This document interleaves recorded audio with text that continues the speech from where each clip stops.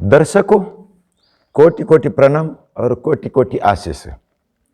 श्री गणेश को वंदन करते हुए आज मैं वीडियो का माध्यम से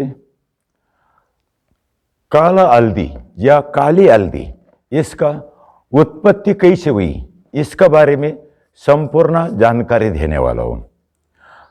काला हल्दी का पौधा और रुद्राक्ष का पेड़ ये अलौकिक है।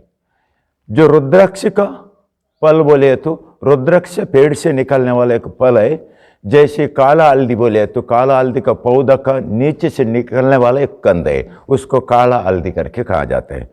रुद्राक्ष महादेव से उत्पन्न हुआ तो जैसे जो काला हल्दी है ये आदिशक्ति जगत जननी पार्वती देवी का जो ओंकार स्वरूप से उत्पन्न हुआ, ऐसा एक कथा भाग है। पुराना काल में सोनितापुर करके एक राक्षसों का देश हुआ करता था। उस सोनितापुर का राजा थे दो, उसका नाम है शुंभ और निशुंभासुर करके, और साथ में बोलने के लिए शुंभ निशुंभ करके भी कहा जाते थे। बहुत बड़ा बलाढ्य थे, बहुत बड़ा पराक्रमी थे, अति महापराक्रमी थे, महाबलाशाली थे। और उसका जो दो मंत्रीगण थे वो भी दो भाई है और ब्रह्मचारी भी है। उसका जो नाम था चंडामुंडासुर करके, महाबलाढ्य लोग थे। बोले तो ये सब राक्षसों ने, और उसका साथ और एक उसका हितैषी करके था, उसका नाम है रक्तबीजासुर। और उसका साथ और भी अनेक राक्षस थे, धूम्रकेतु करके, और उसका बाद संजय नामक, और उसके बाद सुग्रीव नामक दैत्य लोग थे। और इसको आजा से वरदान मिला हुआ था। आजा बोलिए तो अरि और अर नहीं, अजा अर्थात ब्रह्मदेव को कहा जाता है। ब्रह्मदेव से वरदान ये था, मरण जरूर दे, लेकिन मरण उसी से दे वो स्त्री हो, और उसके बाद अयोनिजे हो, और उसके साथ ब्रह्मचारिणी हो। ऐसा जो स्त्री से हमें मरण दे दे करके वरदान मांगा था ब्रह्मदेव से।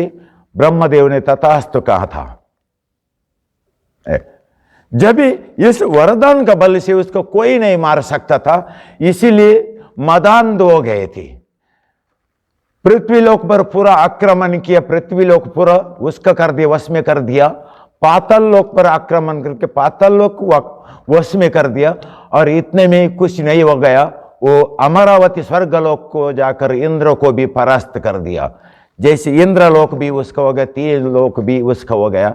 इसका वजह से पूरा धरती पे पकड़ के तीन लोक में पूरा खून का रक्त बहने लगा। इतना मदान्ध हो गए थे, जो हमें कोई नहीं मार सकते यार के ऐसे बलशाली बन गए थे। कोई जाग में यज्ञ नहीं होता था, याग नहीं, पूजा हवन नहीं, सब कुछ बंद था।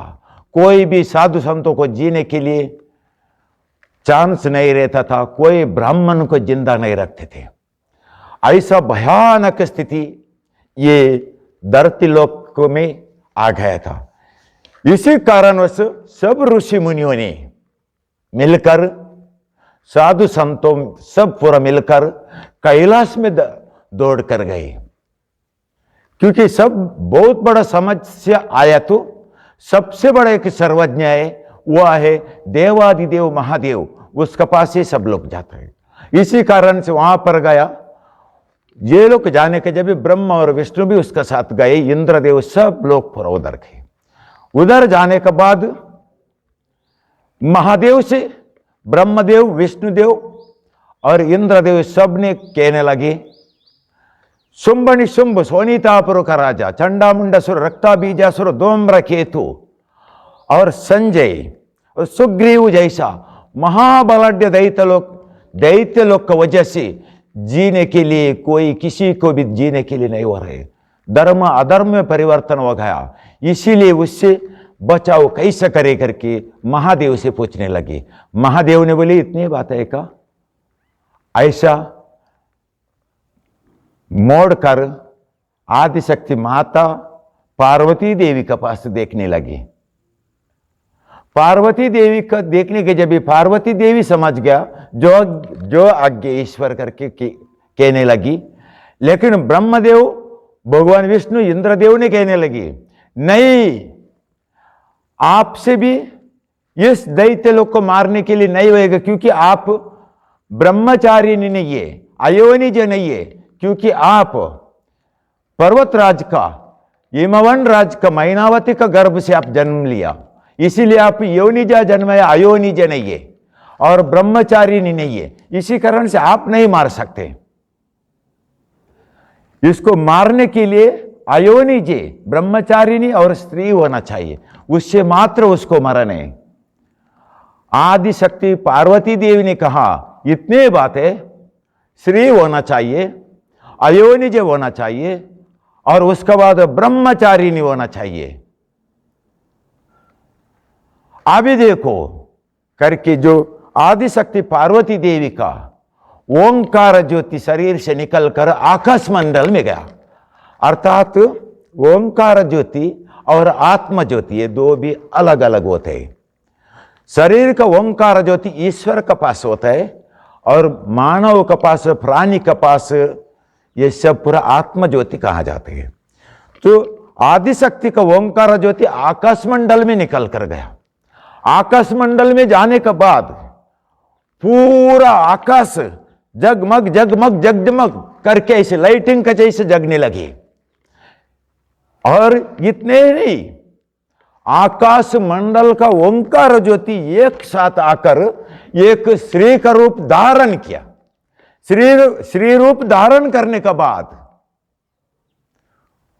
इतना बड़ा अलौकिक सुंदरी थी, सहस्र भुजधारिणी, जगमान्य रत्न सुंदरी, जो 1000 कोटि सूर्य तेज प्रकाशिनी, एक साथ 1000 कोटि सूर्य उसका अंदर समा हुआ है का ऐसा दिखाई देता था। पूरा स्वर्ण कांतिनी का जैसा दिखाई देती थी। आपका शरीर, पूर्ण शरीर चमकने लगती थी, इतना सुंदर थे, जगमान्य रत्न सुंदरी का जैसा कमल वदन कोमलांगी दिखाई देती थी, इतना सुंदर दिखाई देती थी। और इतने नहीं, आकाश मंडल में विशाल खाई, अयोनिजे, ब्रह्मचारिणी, श्री सहस्र भुजधारिणी माता आदिशक्ति का अवतरण हो गया। और ये अवतार होने के बाद नीचे ब्रह्मदेव, विष्णुदेव, भगवान शिव शंकर, देवता, ऋषि मुनि सब नीचे थी, धरती पर थे। धरती के सामने आकाश से जो आदिशक्ति कौशिका देवी ने दड़ दड़ दड़ दड़ दड़ दड़ करके काली उतर कर आ गई, नीचे उतर कर आ गई। काली का रूप धारण करने वाली वो काली कौशिका रूप धारण करके नीचे उतर कर आ गई। और इतना विशाल काई दिखाई देती थी, पूरा आकाश मंडल तक उसका सिर जाता है। कहा केश राशि इतना बड़ा था जो आकाश मंडल से जमीन तक टेक रहा था, इतना बड़ा केश राशि था, इतना बड़ा जगमान्य रत्न सुंदरी, लावण्यवती, अलौकिक सुंदरी।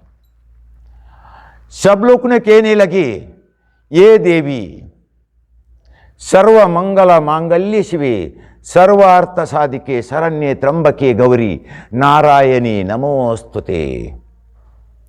ये जगदम्बी, आपका इस विराट रूप को देखने का ताकत हमारा पास नहीं है। ऋषि मुनि कहने लगी देवी आपने सौम्य रूप धारण करके हमारे सामने प्रकट हो जाइए। माता आदिशक्ति ने शरीर को अनिमा बना दिया, बोले तो छोटा बना दिया, छोटा बनाकर उसका सामने आ गई। मां का सामने ब्रह्मदेव ने कहने लगा माता जो मुझसे वरदान लेकर मदांध हो गए। जो चंडामुंडासुर, सुंबनी शुंभ और रक्ताबीजासुर, ये सब पूरा मदांध हो गए। और 3 लोक में धर्म अधर्म में परिवर्तन हो गया। न्याय करके बचे नहीं, पूरा अन्याय अन्याय हो रहे।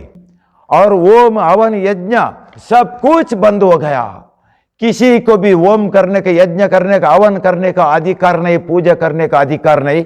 पूरा राक्षसों का राज्य हो गया। इसलिए कहता हो, किसी को भी आप राजकारण का भिन्न सौंप लीजिए, लेकिन नास्तिक को कभी भी राजकारणी मत बना दीजिए, क्योंकि वो राक्षसों का जैसे बर्ताव करते। राक्षस और नास्तिक ये दो एक ही तरीका होता है।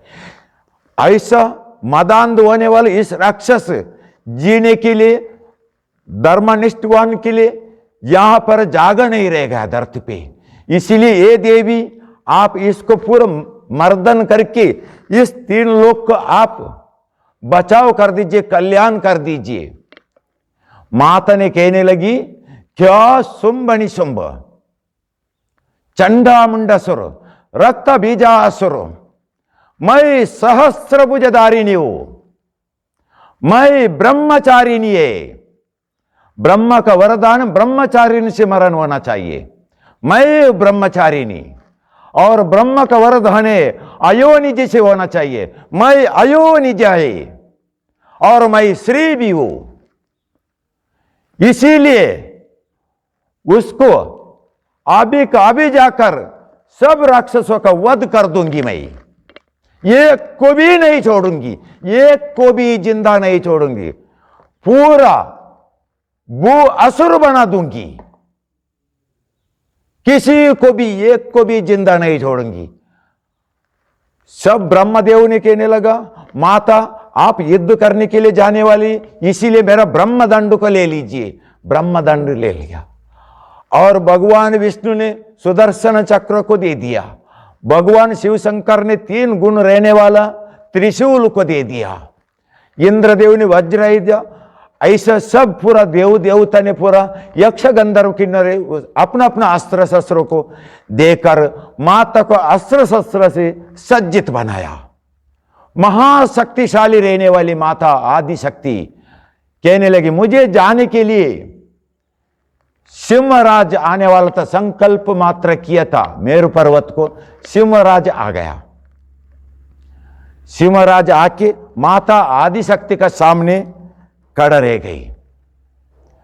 और उसको ऊपर माता बैठने का पहला, ये ब्रह्मदेव, ये देवताओं, ये ऋषिमुनि यक्ष गंधर्वो, मैं अभी राक्षसों का वध के लिए और 3 लोक का शांति के लिए मैं अभी सिंहवाहिनी बन जाऊंगी।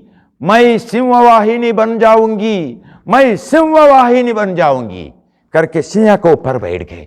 सिंहवाहिनी के ऊपर ऐसा सवारी होने लगी, क्या 3 लोग अभी गड़ा गड़ा गड़ा गड़ा गड़ा गड़ा गड़ा हलने लगे और हिलने लगी। अभी प्रलय होता है कि ऐसा भयानक होने लगी।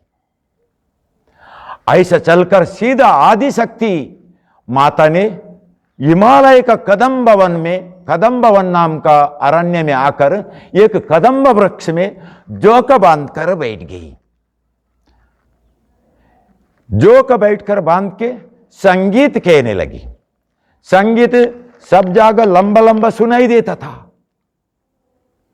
और इतने काफी नहीं, राक्षसों को जल्दी मेरे पास खींचना चाहिए। इसके लिए मेरा शरीर में रहने वाला जो नारी सुगंध है उसको मैं बाहर निकल दूंगी।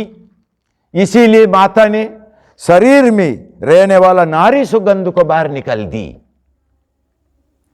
और ये सुगंध राक्षसों का नाक में चले जाएगा। जब भी वो मेरे पास आएगा, जब भी मुझे उसको मारने के लिए एकदम आसान हो जाएगा। ऐसा सोचकर माता ने शरीर का नारी सुगंध को बाहर भेज दी। उसी समय में शुंभनि शुंभ का सहचर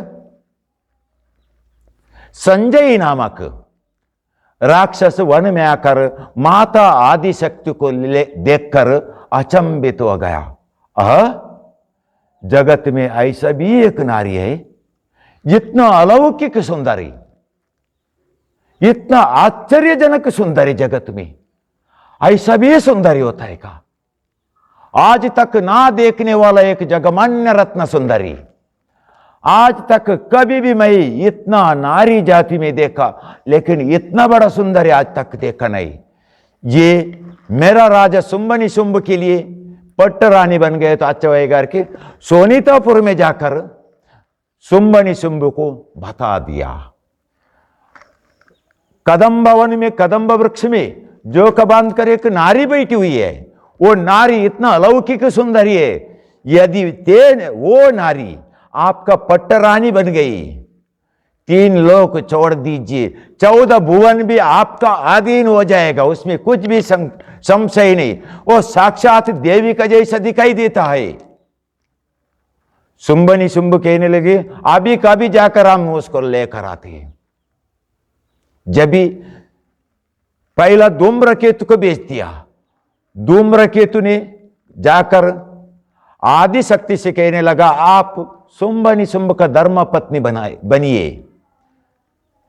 और आदि शक्ति ने कह दिया, मैं जरूर पत्नी क्यों, मेरे साथ युद्ध कर कर मुझे किसने जीत लिया उसका पत्नी मैं बनूं।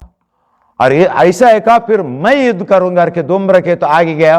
केवल एक फूक मात्र से, केवल मुंह का एक फूक मात्र से उन्होंने जलकर भस्म हो गया। इतना बड़ा शक्तिशाली फूक था वो आदि शक्ति का, शरीर का अंदर का फूक इतना अग्नि ज्वाला भरा हुआ था। और उसके बाद चंडामुंडासुर नाम का राक्षस आ गए। ये ब्रह्मचारी थे और कदम्ब वन में आने के बाद, आदि शक्ति को देखने के बाद, ये ब्रह्मचारी होने वाला चंडामुंडासुर देख के फार आश्चर्यजनक हो गया। हाँ, ऐसा भी सुंदर है। संजय ने कहा था सुंदर आए करके, लेकिन इतना सुंदर होगा कि हम कभी सोचा नहीं था। क्या सुंदर आए, कमलांगिनी है, कमलवदनी है, ऐसा दिखाई देता है। ये शरीर सोना का जैसा चमक रहा है। बोले तो कैलाश पर्वत सुबह कैसा सुवर्ण कांति पर्वत बन जाते, जैसा शरीर है उसका सुवर्ण कांति पर्वत का जैसा बन गया। और दोपहर का समय में कैसा रजत पर्वत बन जाते, सफेद होने का कारण से सफेद सफेद हो कि इतना गौर वर्णनीय और सुवर्ण वर्णनीय शरीर, क्या सुंदर है। इतना सुंदर, कभी एक सुंदर दिखने वाली भी एक नारी आएगा। ये नारी देवी आपका रूप को देखने के बाद हमारा ब्रह्मचारी तत्व भी बिगड़ने लगे। आप अलौकिक सुंदरी है। माता कौशिक ने कहने लगी, ये चंडामुंडासुर,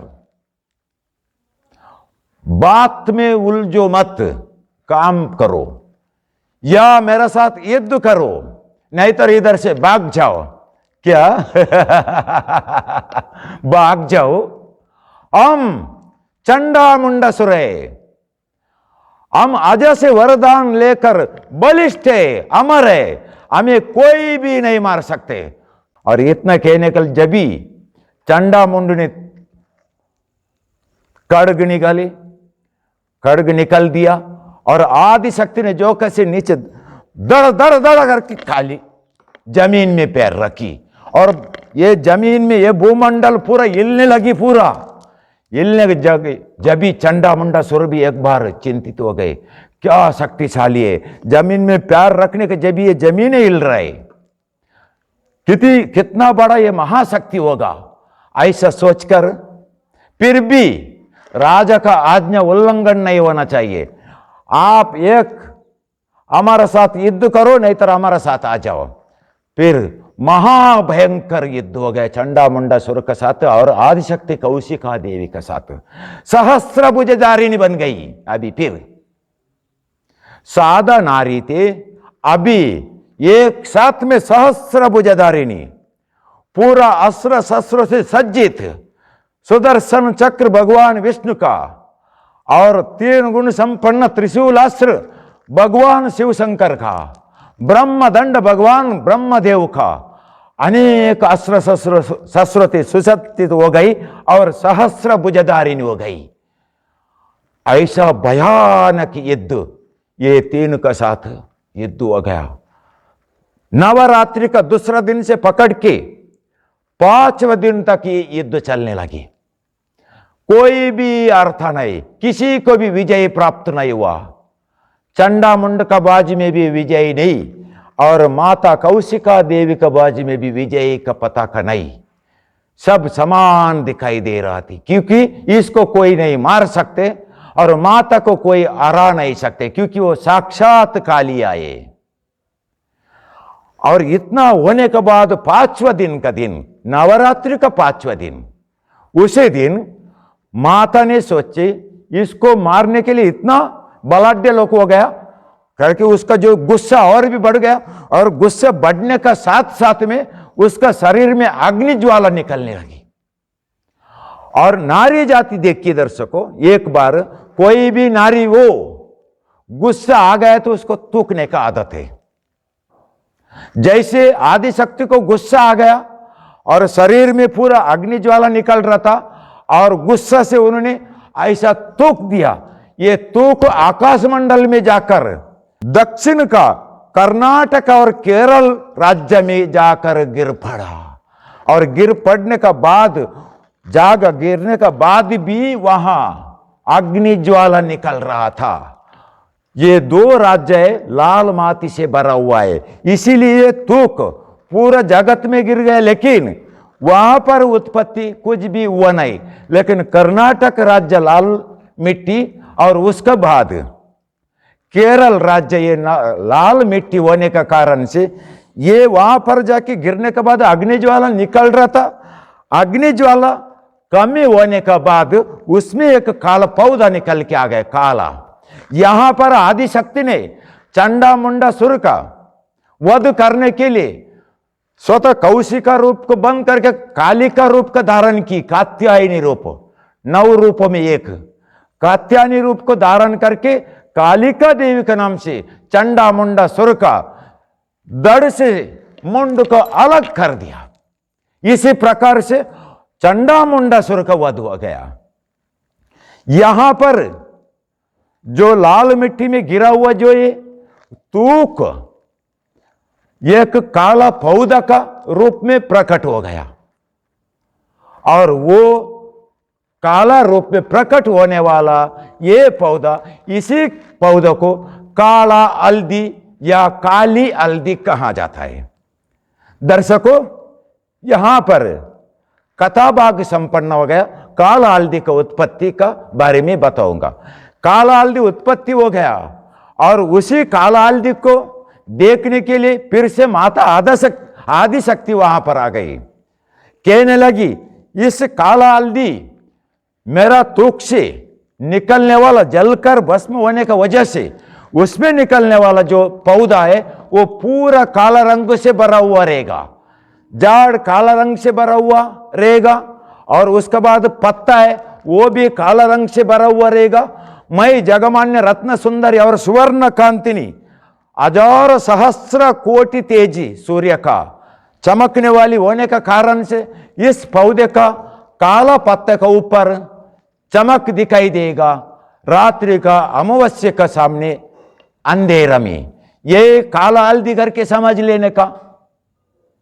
ऐसा वाला जो काला हल्दी किसी को भी अगर मिल गया, उसका नीचे कंद रहेगा, वो भी लाल मट्टी होने का कारण से वो कंद नेचुरली दूसरा हल्दी का जैसा रहेगा ऊपर का बाजू, लेकिन अंदर का बाजू में पूर्ण काला रह जाएगा, क्योंकि ये कालिका देवी से उत्पन्न हुई ये काला हल्दी है, इसीलिए पूरा अंदर से काला रंगों से भरा हुआ रहेगा। इस काला हल्दी किसी ने पाया, उसी ने समझ लेने का मुझे पा लिया। साक्षात कालिका देवी आदिशक्ति को प्रसन्न कर लिया के समझ लेने का, उसका घर में सदा मैं निवास करूंगी, ये मजा वरदान है। इसी रूप से काला हल्दी का उत्पत्ति हो गया। दर्शकों, यहां पर आपका मन में एक सवाल आया होगा, क्या एक तुक से भी पौधा निकलता है क्या? इसका उत्तर है जी हां, तुक से भी होता है, क्योंकि ईश्वर और ईश्वर का मन में आया तो वो क्या नहीं कर सकते। जो ब्रह्मांड रचेता, भूमंडल रचेता, नवग्रह रचेता और इतना सब जीव राशि को रचन किए इच्छा मात्र से, उसके एक तुक से पौधा निकलना क्या बड़ा बात है। ये केवल एक निमित्त मात्र, एक लीला थी जो इंसान के लिए अलौकिक आध्यात्मिक महाशक्ति देने के लिए ये काला हल्दी का नाम से एक प्रकट कर लिया, क्योंकि इसको तुक से प्रकट करने का ऐसा जरूरत नहीं था, उसका इच्छा मात्र से हो सकता था। लेकिन लीला लीले ही होते और उसका महत्व होते, महत्व भी होना चाहिए। और के आदिशक्ति माता ने इस रूप से उसी काला हल्दी का उत्पत्ति कराई। ऐसे एक पुण्य कथा को आप लोग को सुन लिया और इस पुण्य कथा में आप लोग भाग लिया, आपका जीवन धन्य हो जाए, आपका जीवन मंगलमय हो जाए। इतने कहकर ये वीडियो को संपूर्ण विराम देता हूं। ओम गुरुदेव धन्यवाद। सभी को मेरा कोटि कोटि प्रणाम और कोटि कोटि आशीष।